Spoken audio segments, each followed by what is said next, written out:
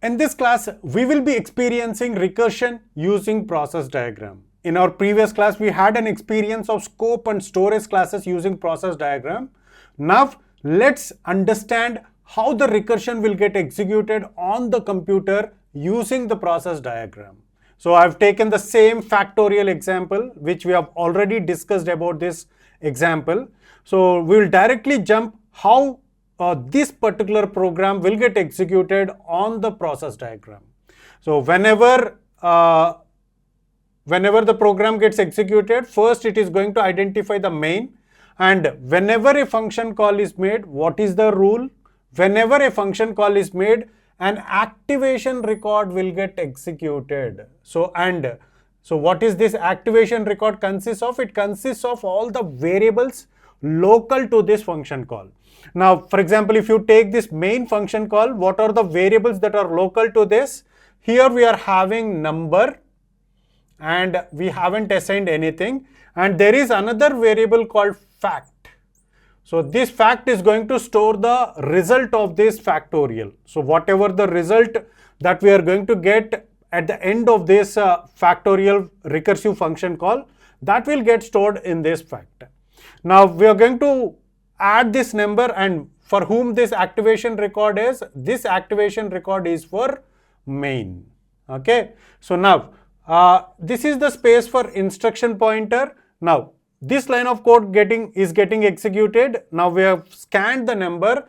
Let's assume that the user has given the number 5 to this variable, and the 5 is getting stored in this variable. Now here is the function call. So here a function call is made. So this is the point where we are entering into the recursive function call. Now what is this function call? So this function call, whenever a function call is made, what is the rule?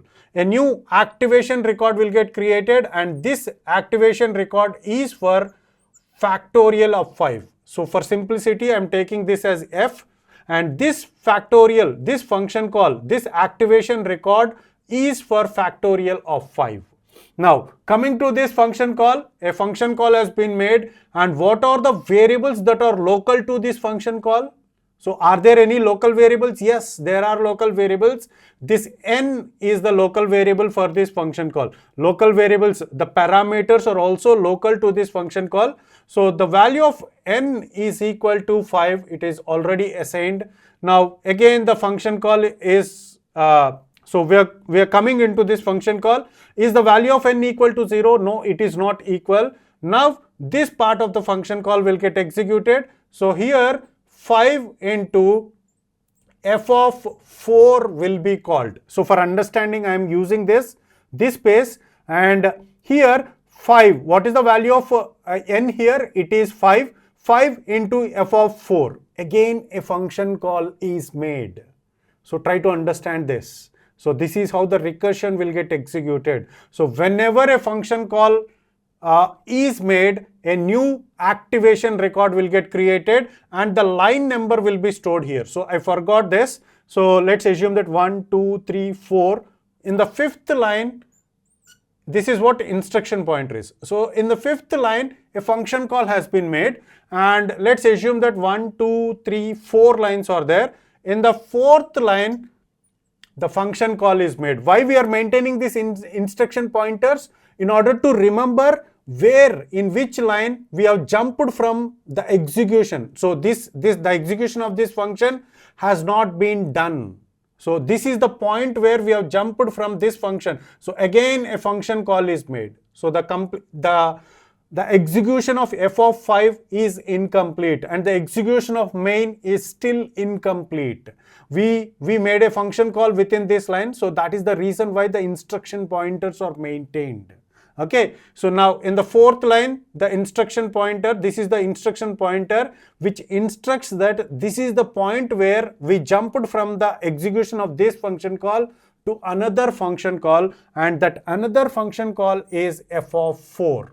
A new activation record with f of 4 has been created, and here the value of n is equal to 4.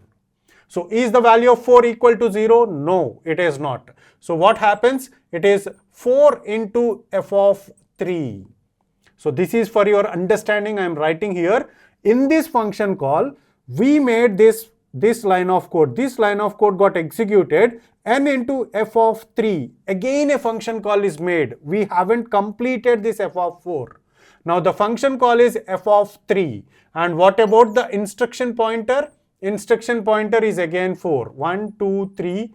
This is the fourth line where we jumped from this function call to another function call. Another function call has been made. So every time an activation record will get created, so the local variables will live. So this is the local variable for this function call f of 4. You need to understand that, right? So, and this is n is equal to 5 is within this record. That is the reason why we will not get access to another values. Okay. So now again a function call is made which is f of 3. So a new activation record will get created and this is for f of 3. And again the instruction record is 4.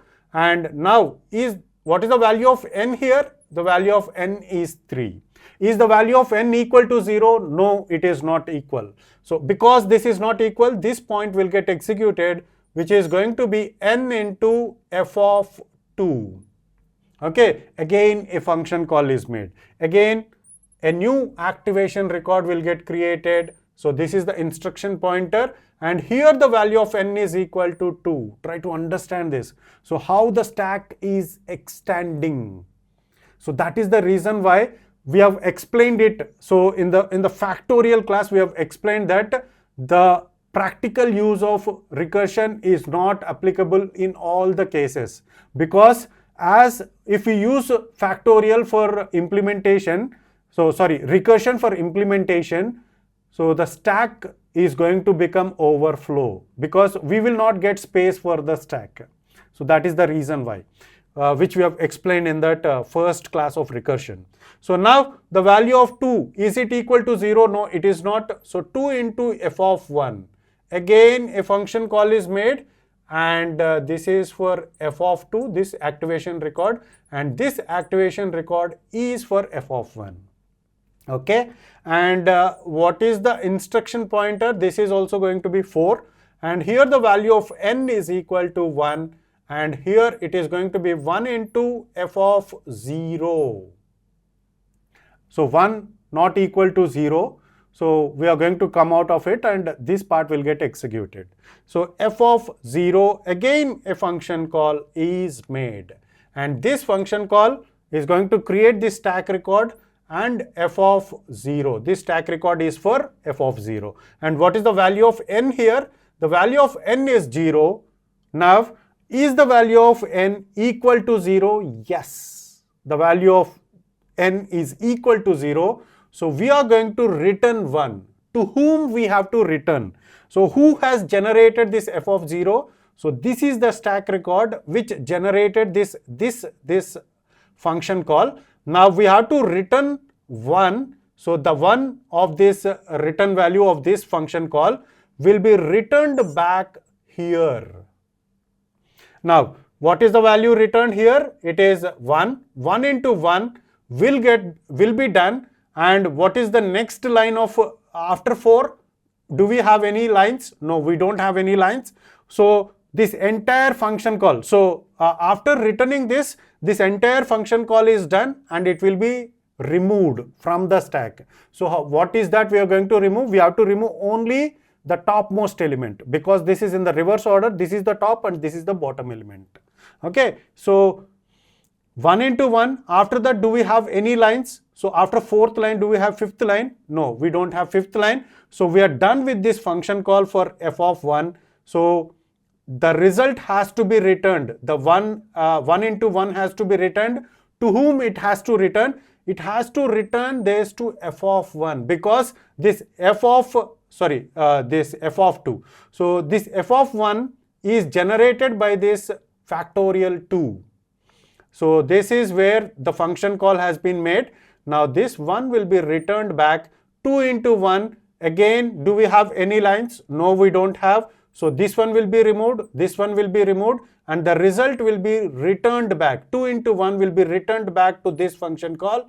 And again, this one will be returned back and this one will be removed. So 3 into 2, which is going to be 6, will be returned here. 4 into 5, 24, and this is done. 24 will be returned back. 5 into 24, which is 120. Okay, so now 120 is returned where? So this is where f of 5 has been done. So 120 will be returned here. Now 120 will be stored in fact. So try to understand that. Now we are back into our main, and after this fifth line, do we have sixth line? Yes, we are having sixth line. We are going to print this and we are going to return 0. By this, we have completed our complete main function. Now with this, all the functions are done. Means the execution of the main is also completed. So the entire process will be removed because the entire program has been executed. So this process will be removed back and sent. So that is a different story. In the operating system, we will be understanding what happens here. Okay, so this is how the recursion will get executed. Okay, now with this class, we have completed the entire section of functions. So the complete details about the functions are completed by this class, and the exams, the quizzes based upon the functions were already generated, already created on our website. So you can learn the same course on our website. So there also you can continuously learn. There the things were more organized in comparison with this. You can learn the same course. The same videos of YouTube are available on our website. If you are interested, and there the interface is going to be very good. If you are interested, you can learn the same course on our website. And the link for the website is provided, and you can attempt the exams based upon these functions. So the link is provided. Click on that link. If you click on that link, the C course will be opened, and within that, go on to the function section. Click on that function section. Two quizzes were conducted there. So click on those quizzes and attempt those quizzes for free. Okay, so that's it for this video. See you in the next class with another section. In the next section, we are entering into the very important section of this entire course, which is pointers. So that's it for this video. See you in the next class.